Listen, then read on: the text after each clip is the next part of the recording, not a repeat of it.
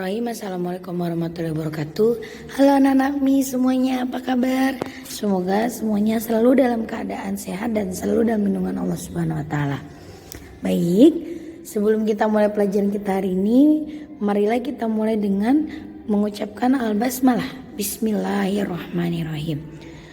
Untuk materi hari ini, Miss ingin mengulang sedikit tentang pelajaran kita yang kemarin, yaitu adik Simba. Apa itu adik Simba? Yaitu kata tanya apa, di mana, kenapa, siapa, mengapa, bagaimana. Dan juga pelajaran baru yaitu tanda baca.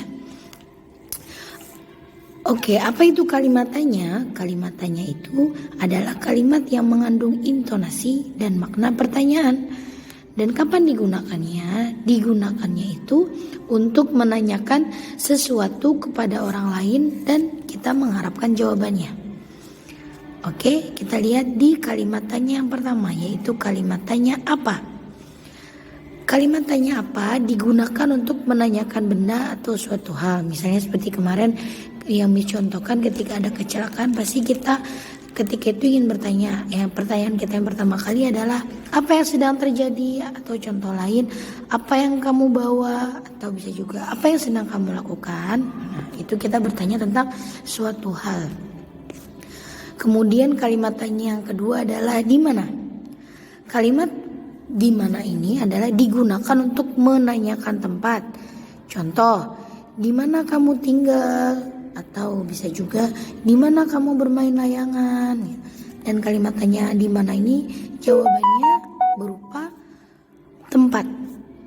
Nah, kemudian kalimat tanya yang ketiga adalah kapan. Kapan digunakan untuk menanyakan waktu seperti hari, tanggal, jam, dan juga bulan. Dan biasanya jawabannya itu mesti berupa waktu atau mungkin hari, tanggal, jam, dan bulan. Contoh, kapan kamu berangkat sekolah? Nah, jawabannya bisa seperti ini. Saya berangkat sekolah jam 7 misalnya. Kemudian kalimat tanya yang keempat adalah siapa. Nah, siapa digunakan untuk menanyakan nama atau juga bisa jadi pelaku. Contoh, siapa nama kamu? Atau misalnya bisa juga siapa yang mengajar di kelas. Nah, siapa yang mengajar di kelas? Yang mengajar di kelas adalah Miss Ai misalnya. Atau siapa nama kamu? Nama saya adalah Nina gitu. Oke, itu untuk kalimat tanya siapa. Kalimat tanya selanjutnya adalah kalimat tanya mengapa. Kalimat tanya mengapa ini digunakan untuk menanyakan sebab atau alasan suatu peristiwa. Jawaban kata tanya mengapa biasanya ditandai dengan kata sebab atau karena. Contoh, mengapa kamu datang terlambat? Nah, biasanya jawabannya bisa seperti ini. Karena saya bangun kesiangan. Atau misalnya, mengapa badan kamu menggigil? Jawabannya karena saya kehujanan. Bisa juga seperti itu. Jadi pertanyaan mengapa ini jawabannya berupa kata sebab atau bisa juga karena. Kemudian kalimat tanya selanjutnya adalah bagaimana. Kalimat tanya bagaimana digunakan untuk menanyakan cara, sifat, keadaan, atau suasana. Contoh, bagaimana cara memasak mie? Nah, di sana kita cara menjawabnya adalah kita menjelaskan cara memasak mie. Kita jelaskan. Jadi di sini bagaimana digunakan untuk menanyakan caranya, sifat, keadaan, atau juga suasana. Oke, itu tadi tentang adik Simba. Sekarang silakan dibuka bukunya halaman 87 dengan judul Berkunjung ke Kebun Binatang. Silakan dengarkan Miss ya. Pada hari Sabtu, Tony dan teman sekelasnya berkunjung ke kebun binatang. Mereka didampingi oleh Pak Guru. Hari itu sangat panas. Tony mengajak Adi membeli minuman dingin yang dijual di sana. Setelah itu, mereka masuk ke dalam areal kebun binatang. Mereka mendengarkan penjelasan Pak Guru tentang hewan-hewan yang ada di sana. Setelah acara kunjungan selesai, mereka bersiap untuk pulang. Tony dan teman-teman merasa senang karena mereka mendapat pengetahuan baru. Nah, untuk hari ini Miss juga akan menjelaskan tentang tanda baca. Nah, tanda baca itu ada tanda koma, kemudian tanda titik, dan kemudian juga huruf kapital. Akan dijelaskan satu-satu. Yang pertama, tanda koma. Tanda koma itu gambarnya seperti ini. Dan yang pertama digunakan untuk merinci. Contoh, ibu membeli mangga, koma, jeruk, koma, dan alpukat. Yang kedua, digunakan untuk memisahkan kalimat setara.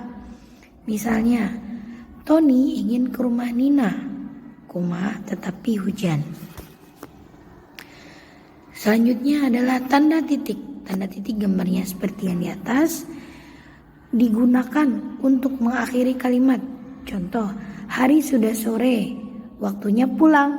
Itu titik di sana, tugasnya untuk mengakhiri kalimat. Dan tugas dia yang kedua adalah digunakan untuk menuliskan nilai uang. Contoh, pensil yang dibeli Andi harganya Rp2.500. Nah, tanda titik di angka 2.500 itu adalah digunakan ketika menuliskan nilai uang. Dan yang terakhir adalah huruf kapital. Huruf kapital ini sama dengan huruf besar ya. Nah, digunakan untuk yang pertama untuk awal kalimat. Contoh, cuaca hari ini sangat cerah. Nah, C di sana kenapa huruf besar? Karena dia di awal kalimat. Nah, tugas yang kedua adalah untuk penulisan nama orang, hari, bulan, dan juga agama. Contoh, bulan Maret lalu, Andi dan Nina membeli buku. Nah, kenapa kata Maret di sana besar? Karena huruf M-nya itu adalah nama bulan. Dan kemudian nama Andi, A-nya itu juga besar karena Andi itu juga nama orang. Dan Nina juga N-nya besar karena di situ dia adalah nama orang. Contoh yang kedua, hari ini adalah hari Jumat. Kenapa di situ hari Jumatnya J-nya dia huruf besar? Karena dia merupakan nama hari. Sudah bisa dipahami? Nanti kalau misalnya ada yang belum dipahami boleh tanya Miss ya. Silakan tanya Miss secara japri. Nah, jika sudah, coba dilihat kembali ke halaman 87 di berkunjung ke kebun binatang. Kemudian tandai mana yang tanda koma, tanda titik, dan juga huruf kapital. Oke, mungkin sampai di sini pelajaran kita hari ini ya. Semoga semuanya selalu dalam lindungan Allah. Subhanakallahumma wa bihamdika asyhadu an la ilaha illa anta astaghfiruka wa atubu ilaik. Terima kasih untuk perhatiannya. Wassalamualaikum warahmatullahi wabarakatuh.